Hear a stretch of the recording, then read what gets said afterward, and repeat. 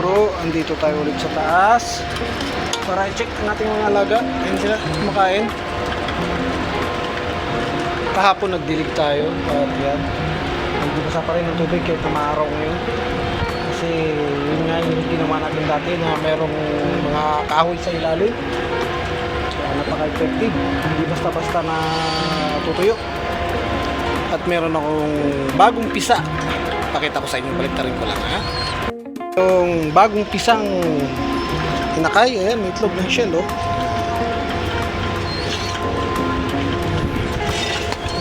Ayan, yun ay dito. Ayan. Ayan, napapisa din, nakapagpapisa rin ang kalapati natin dito.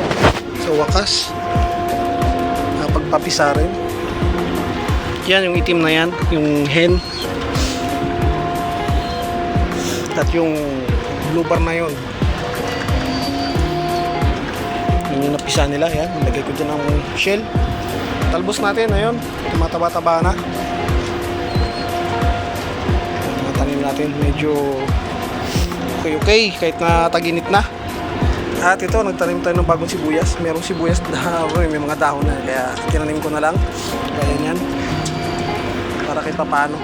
May verde naman nakikita rito.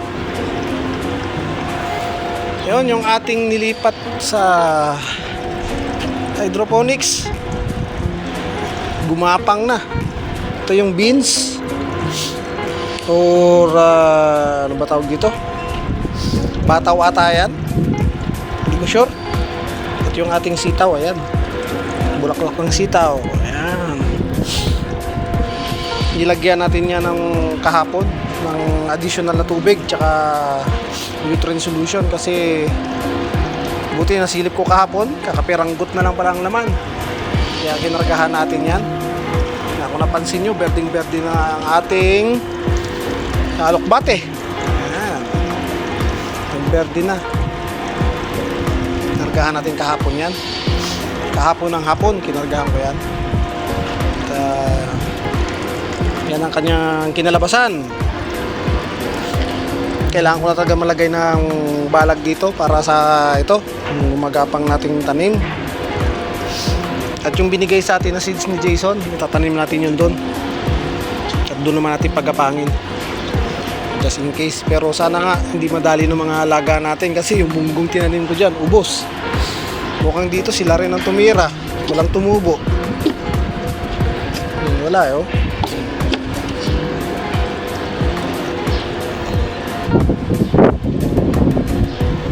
Tumubo kasi tinira siguro ng kalapate.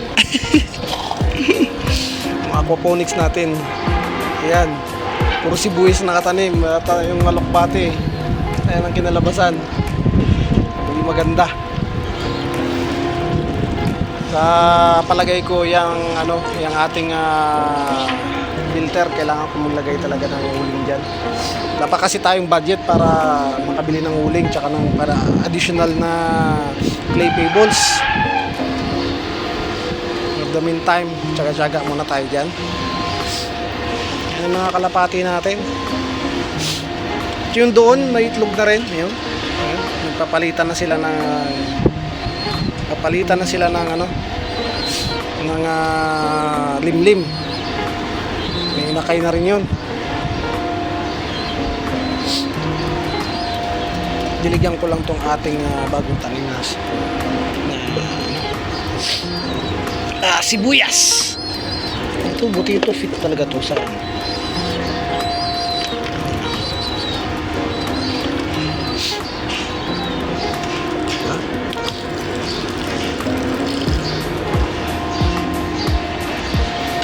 mainit na talaga mga bro. Gutom pa sila oh. Gutom pa ang mga alaga natin.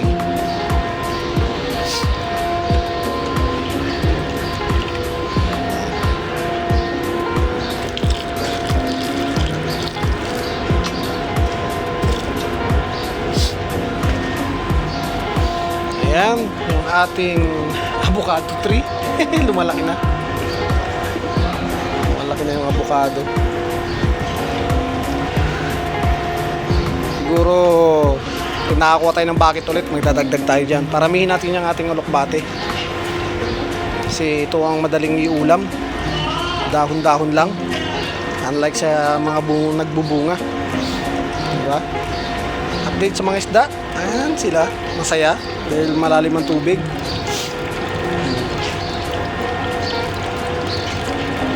Yung kamote na tanim ko, yan, tinira na nila. Ayan, nakalutang na. Inunti-unti na nila. Kain. Yung natirang kamote dyan.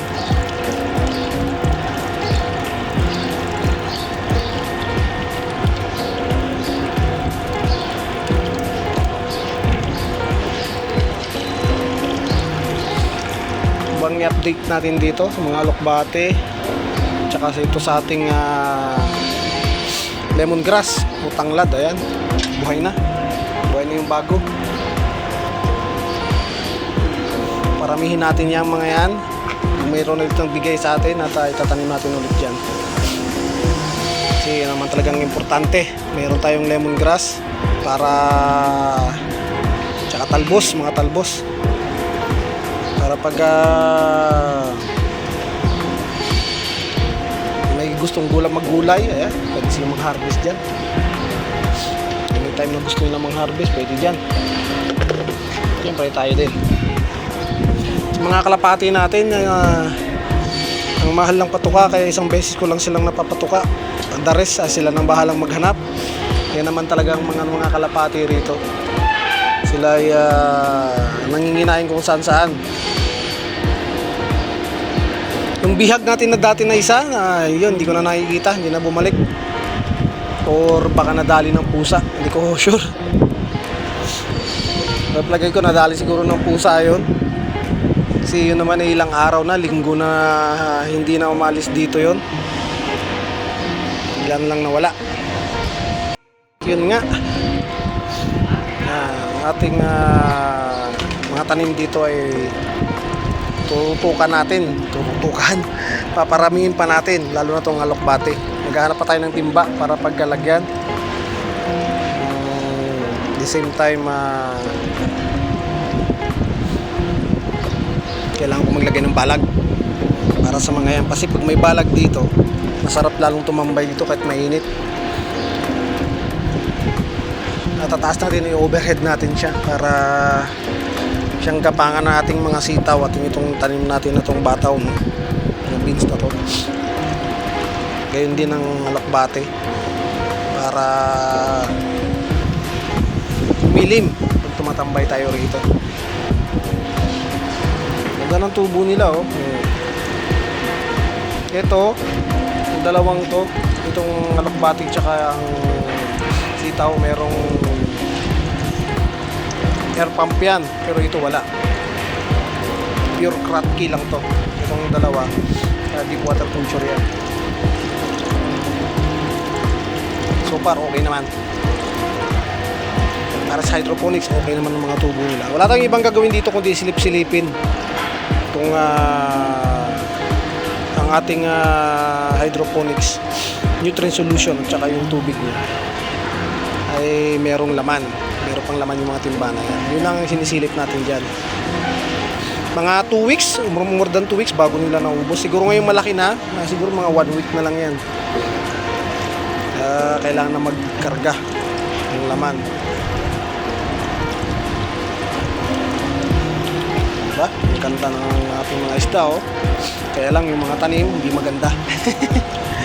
Kailangan ko talagang magpalit ng ating filtration system. Hindi kailangan na puro balls lang o bato lang. Kailangan natin maglagay ng uling, yung mga media na kung saan pwedeng bahayan ng ating good bacteria, nutrifying bacteria. Ayan.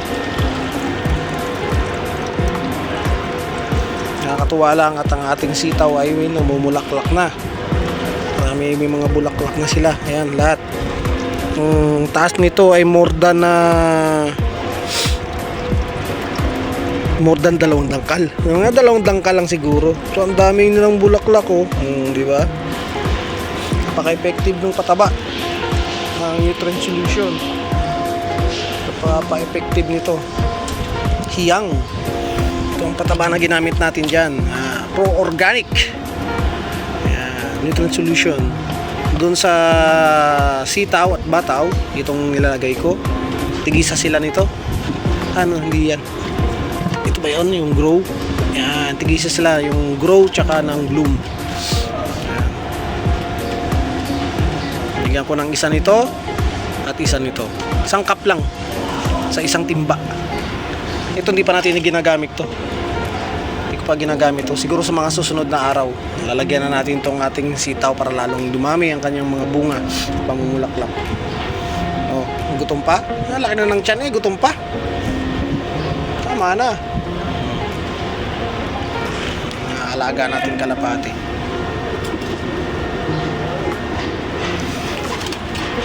Yun mga bro, hanggang dito na lang. Yun nga bagong ano natin, may inakay na. Hanggang dito na lang ang ating video for today. Ingat-ingat na lang lahat at God bless us all. Bye-bye!